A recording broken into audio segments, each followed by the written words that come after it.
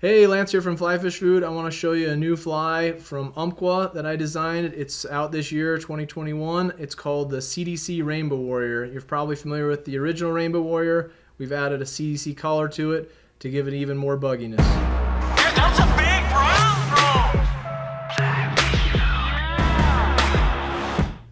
brown. Alright, so I've got the hook and the vise for the Cdc Rainbow Warrior. This is a Tiemco 2457. You could use any really scud hook, so whether you want them barb, barbless, heavier wire, lighter wire.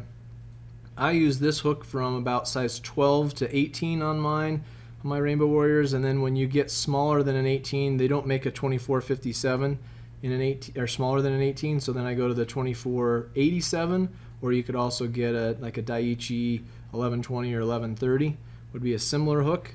But the 2487 is my favorite. It's nice and strong, and I don't use them a lot smaller than 18. Occasionally for really picky tailwater fish, but silver bead on the hook there, and then I'm going to use 70 denier UTC and start just right behind the bead. Get rid of the excess here. Wrap down the shank a fair ways down the bend, and then I'm going to add the tail. The tail on this is pheasant tail, just natural pheasant tail from a center tail of a pheasant. I'm going to use just a handful, I shouldn't say handful, just a few, maybe, I'm not even sure, I didn't count them. There's probably 8 maybe fibers of pheasant tail in there for the tail. Just going to trap them at the back end, and then I'm going to wrap all the way up towards the bead so that I don't create a bump, so the body's nice and even and uniform. I get asked often if you could substitute Coq de Leon for the tail on a Rainbow Warrior, and you absolutely could substitute all kinds of things. That's the glory of tying your own flies. The original Rainbow Warriors, however, were tied with pheasant tail, and they've always worked really well for me that way, so I tend to stick with the pheasant tail just because I'm really confident in that style of tying them. Next up, we're going to add the body material.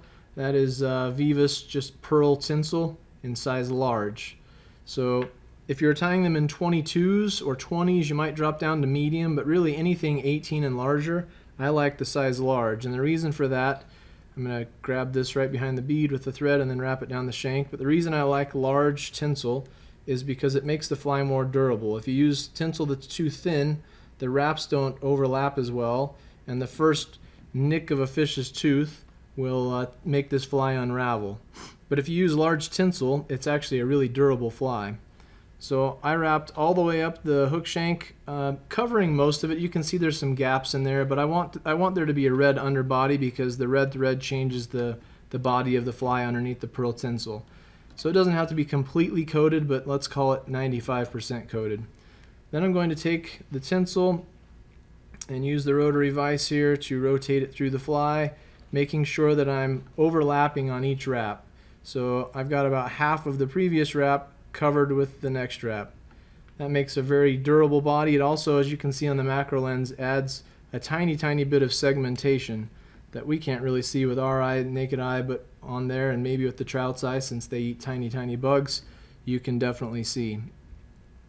Okay, so I've got the the tinsel tied up to the bead, and I'm going to now make that my wing case. So I've tied it off, and I'm now going to fold it back and then tie it backwards to make my wing case using the same strand. Next up, we're going to add the thorax. The thorax is Wapsi Rainbow South Scud dubbing. The rainbow color is really a good material. I use it on a lot of flies, on my sow bugs, on my Rainbow Warriors, on my tungsten surveyor. It's a really cool material with a nice blend of color. It's very translucent. And as always with dubbing on small flies like this, less is more. On the macro lens, it always makes it look like I'm adding a lot of dubbing. I'm really adding, tiny amounts like this. You can almost barely see it in your fingers. It almost gets lost. You have so little of it.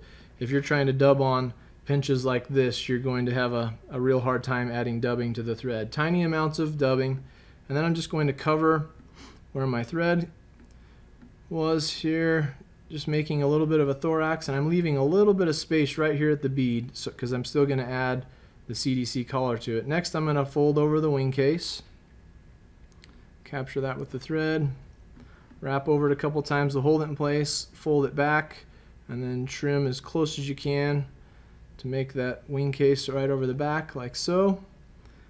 And next up we're going to use dubbing loop tool. So this is the Stonfo Elite. You could use any dubbing twister, would really work, but I favor this one because these arms are spring steel and they open and close with a little bit of a pull down on the tool.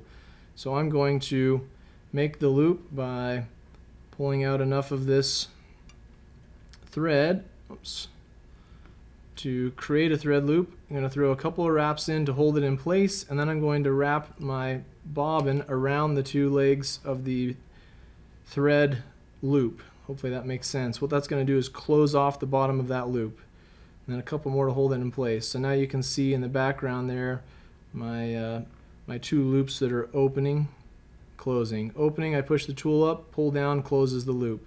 So that spring steel on this particular tool is really, really handy for that. Okay, next up I'm going to use the Swiss clamp to grab some CDC. This is some CDC. This is just dun colored CDC. Any dun color to work. Natural dun, medium dun, light dun. Doesn't really matter too much. I favor natural dun. Hasn't been dyed, but you could get the job done with lots of different dun materials. I'm going to come in with the CDC clamp here and pinch it closed like that. So I'm holding most of the CDC fibers. Then I'm going to trim the fibers away from the stem like so. Now that's ready to be added to my thread loop here. And I'm going to slide the tip of the CDC clip in, get it down past the end of where the thread slides off the tool, pull down on the dubbing loop tool, and then release the clamp, and it holds the CDC in place like that. Then I can use this little ball bearing here to spin the CDC up into a rope, kind of like a little CDC soft tackle, like so. And then I'm just going to give this a couple of full turns around to make a nice even CDC collar. I'm going to capture it with the thread. Put a few wraps in to hold the tension, get rid of the excess. And the last step is to whip finish. Now this is designed to be kind of an unruly soft tackle. That's on purpose. We want this thing to have some motion and collect a little bit of air bubbles. Maybe CDC is known to hold some air as it enters the water. So it can make this thing look like, who knows what, a sow bug when it's wet, maybe even a caddis pupa. Who knows what the fish take it as. If you have some of these really long fibers, some of these long CDC pieces, I like to just give a little haircut to where they're a little more reasonable length for this size of fly. But you don't have to get too carried away with cutting it. Just a couple of quick trims. It doesn't need to be perfect. It's just a soft tackle anyhow. And then we've added CDC to the already productive Rainbow Warrior. So there you have it, the CDC Rainbow Warrior. Fish it as a dropper, fish it on a nymph rig. You can Euro nymph with it, all kinds of things. Works well under an indicator. It even works really well in lakes. Give it a whirl, catch a few fish.